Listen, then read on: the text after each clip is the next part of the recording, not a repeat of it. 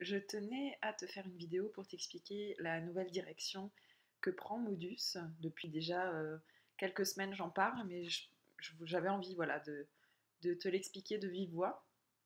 Donc, je suis toujours créatrice de bonheur intuitive.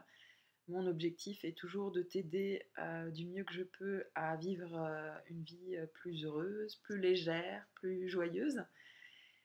Et en fait, je me suis rendu compte que un des nœuds, une des choses qui empêchait clairement d'atteindre cet état-là, c'est-à-dire de se sentir sereine au quotidien, c'était un obstacle j'ai pu rencontrer moi-même dans ma vie, qui est celui de la pression qu'on se met à soi-même, puisque, bon, comme vous le savez, enfin, comme tu le sais, dans mes préceptes au bonheur, l'un d'entre eux, c'est le fait que tout vient, tout part de l'intérieur, toutes les clés se trouvent en nous et tous les obstacles se trouvent en nous aussi.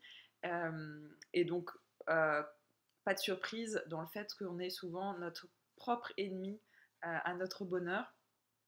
Et là, un des domaines dans lesquels on est particulièrement notre propre ennemi au bonheur, c'est quand on est control freak. Alors, control freak, pour moi, la définition, c'est quelqu'un qui cherche à contrôler euh, tout ce qui se passe dans son environnement, qui se sent bien lorsqu'il a la maîtrise des choses, la maîtrise des événements, mais aussi, de fait, la maîtrise des gens qui vivent avec lui. Alors moi, j'en parle de manière complètement décomplexée parce que je me considère comme une control freak, ou du moins une ex, parce que je suis de plus en plus dans le lâcher prise.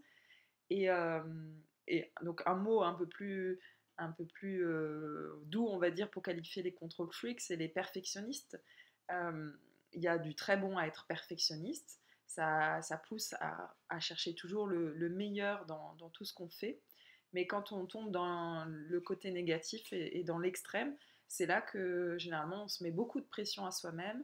On est très peu satisfait en fait de ce qu'on fait, de ce qu'on vit. On cherche toujours à une forme de perfection qu'on n'atteint bien sûr jamais. Et donc il y a toujours un niveau très haut à atteindre pour qu'on soit pleinement satisfait et pleinement et qu'on relâche finalement notre attention et qu'on s'autorise à être en fait pleinement voilà, dans la légèreté, dans la joie, dans la sérénité. Donc moi c'est quelque chose qui m'accompagne depuis toujours, qui me freine depuis toujours plutôt, et en fait ces derniers mois j'ai pu observer combien c'était un des obstacles à mon bien-être et combien j'étais tombée finalement même dans le perfectionnisme à être heureux, c'est-à-dire donc dans mon objectif dans mon rôle de créatrice de bonheur et dans mon objectif de développement personnel, de vivre la plus belle des vies et d'en profiter un maximum, il y avait comme ça un impératif que je me mettais aussi sur le dos, de vivre la plus belle des vies, la plus parfaite, et d'être toujours au top, dans le positif, dans le bien-être. Et donc en fait, c'était complètement contre-productif puisque déjà il y a rien, on n'en retire rien de constructif, de masquer et de mettre un mouchoir sur ces zones d'ombre et sur ces peurs et de les ignorer complètement. Il n'y a pas pire pour que ça nous revienne en pleine face fois mille.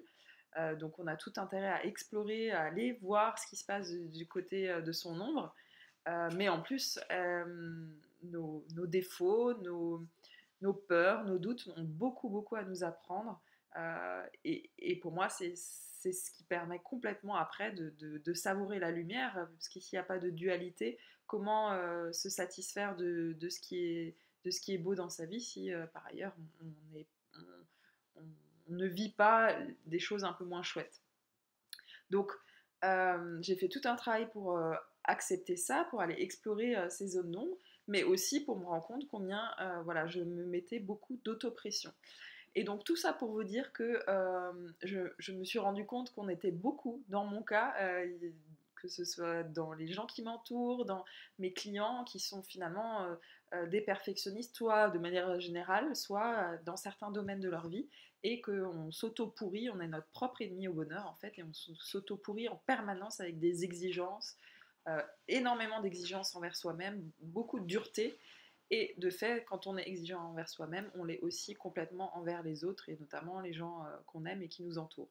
Donc pour moi, il y a voilà, un terrain très fertile à libérer, beaucoup de choses sur lesquelles travailler là en coaching pour avoir des prises de conscience, pour pouvoir comprendre comment on fonctionne, pour pouvoir s'accepter dans ce perfectionnisme positif mais aussi négatif et voir comment on peut renverser la vapeur en posant des actions concrètes. Mais il y a aussi plein de choses à libérer au niveau énergétique, puisque comme je vous l'ai dit, moi maintenant je travaille les deux aspects, le côté plutôt mental et concret et le côté immatériel et énergétique, pour aller libérer des émotions négatives et des croyances limitantes qui nous appartiennent, qu'on a construit dans notre enfance ou à cause de notre vécu, à cause de blessures notamment, ou alors qu'on porte des générations passées de notre famille, de vie antérieure, etc. Donc voilà, moi maintenant j'allie les deux vraiment pour me libérer de tout ça enfin, je fais vraiment des pas de géant dans tout ce domaine du contrôle freak, de tous ces aspects où j'avais besoin de contrôler les choses pour me sentir apaisée, sécure. Et maintenant, je suis de plus en plus de nouveau connectée à ma légèreté, à ma joie au quotidien, à finalement mon âme d'enfant qui se prend pas la tête quoi, pour un rien.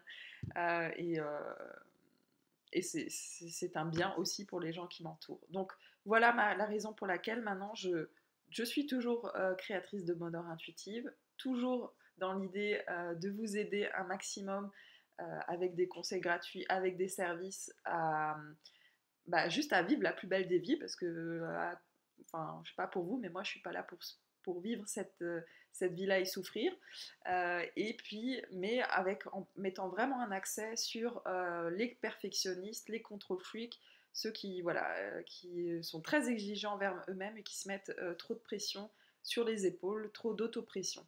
Donc si vous vous reconnaissez dans ce profil-là, et encore une fois, je vous accueille avec tellement de bienveillance et de connaissance de ce sujet, n'hésitez pas à m'écrire et à voir ce qu'on peut travailler ensemble. Voilà, belle journée.